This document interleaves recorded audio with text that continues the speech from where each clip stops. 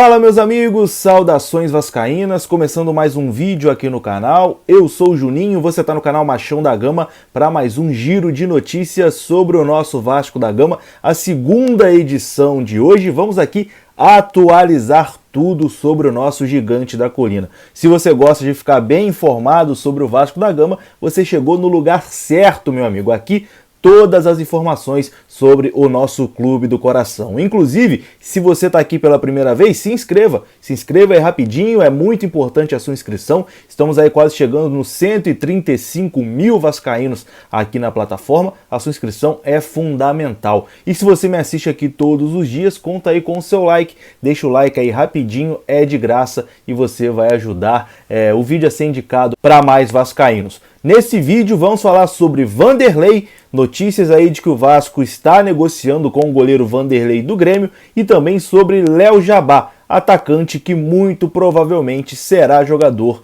do Vasco da Gama. Beleza? Vai rodar a vinheta e depois da vinheta a gente começa. Rodou!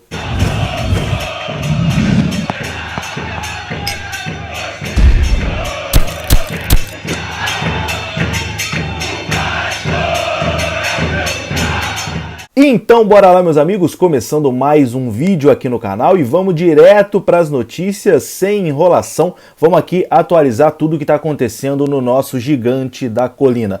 O Vasco está em busca de um goleiro, né? Lucão neste momento é o goleiro titular do Vasco, fez uma boa partida contra o Botafogo, né? Tava precisando fazer uma boa partida e foi muito bem contra o Botafogo, fez algumas boas defesas, né? Uma partida segura. Lucão, como eu disse, estava precisando mesmo de uma atuação desse nível. Mas o Vasco continua no mercado em busca de um goleiro para ser titular na Série B do Campeonato Brasileiro no restante da temporada. E o nome da vez é Vanderlei, goleiro do Grêmio e que está afastado, podemos dizer assim, né? Ele está fora dos planos do Grêmio. Tipo alguns jogadores aqui do Vasco que estão fora dos planos, como o Erley, Lucas Santos, Henrique, enfim, mas que o Vasco tem que procurar um destino para esses jogadores. A mesma coisa acontece lá com o Vanderlei no Grêmio, né? Ele ainda é jogador do Grêmio, o Grêmio tem que pagar o salário, honrar os compromissos, mas não conta com o jogador, ele não vai continuar no elenco principal do Grêmio. Então o Grêmio precisa também arrumar um destino para o Vanderlei.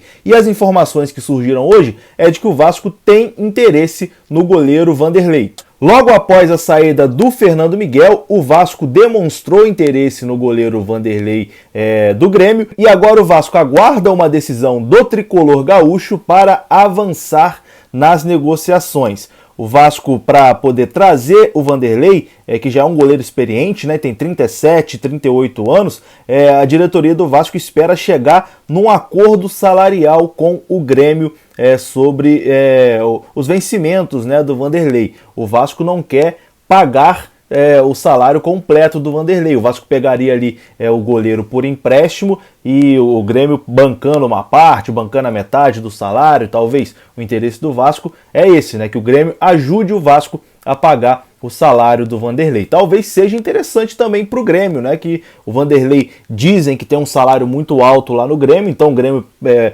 pelo menos de parte desse salário, o Grêmio ficaria livre e o Vasco também conseguiria trazer um goleiro ali dentro do seu orçamento monetário. O Vasco não vai pagar salários muito altos, né, nessa temporada. E pensando assim no Vanderlei, né, tentando pensar com a cabeça do Vanderlei, neste momento, com 37, 38 anos, o Vanderlei não tem vaga para ser titular ou despertar interesse de muitos clubes no futebol brasileiro, né? Eu acho que um time hoje que tem mais poderio financeiro, que tem condições de bancar um alto salário para um goleiro, que tem condições de ir no mercado e comprar um goleiro, esse time não vai atrás do Vanderlei, né? Então é uma oportunidade ainda para o Vanderlei disputar uma temporada numa camisa grande ainda, né? A camisa do Vasco, que apesar da situação que a gente vive, ainda é uma camisa muito grande, do que ficar encostado lá no Grêmio. Então acho que se o Vasco conseguir fazer esse bem bolado aí com o Grêmio pagando parte do salário, o Vanderlei tem grandes chances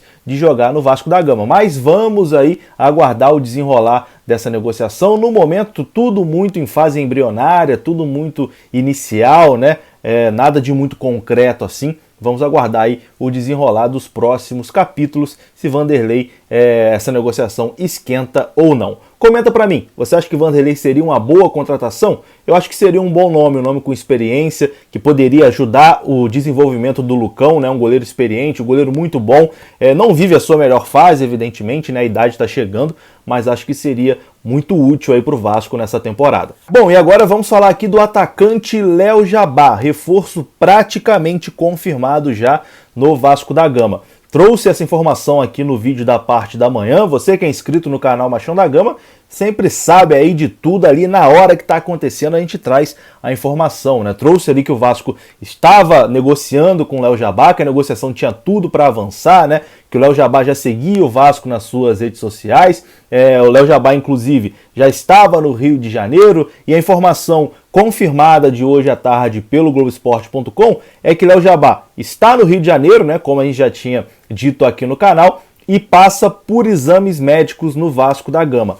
Caso ele seja aprovado nos exames médicos, a expectativa é que a assinatura do contrato ocorra até quinta-feira. Então, até quinta-feira, o Léo Jabá pode ser anunciado como reforço do Vasco da Gama. O contrato será de empréstimo até dezembro. Ele é jogador do PAOK da Grécia, né? Clube que era do Abel Ferreira, técnico do Palmeiras. O Léo Matos também jogou com Jabá lá no PAOK, né? Eram companheiros de equipe. E nesse contrato de empréstimo ao Vasco da Gama, o PAOK vai pagar parte dos salários do Léo Jabá. O Léo Jabá, que é um menino que foi revelado pelo Corinthians e saiu muito cedo do Corinthians, né? Inclusive ele ficou muito famoso por uma declaração lá no Corinthians, que eu vou até colocar um trecho aqui, né?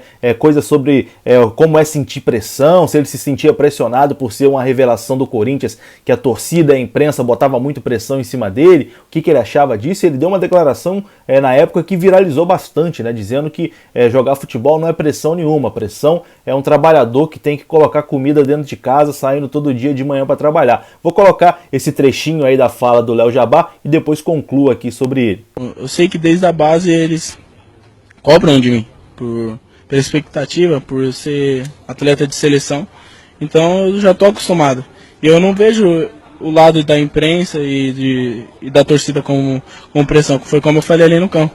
Pressão, um pai de família sair de casa às 7 horas da manhã e não saber que se vai voltar com alimento para os seus filhos. Isso daí é pressão.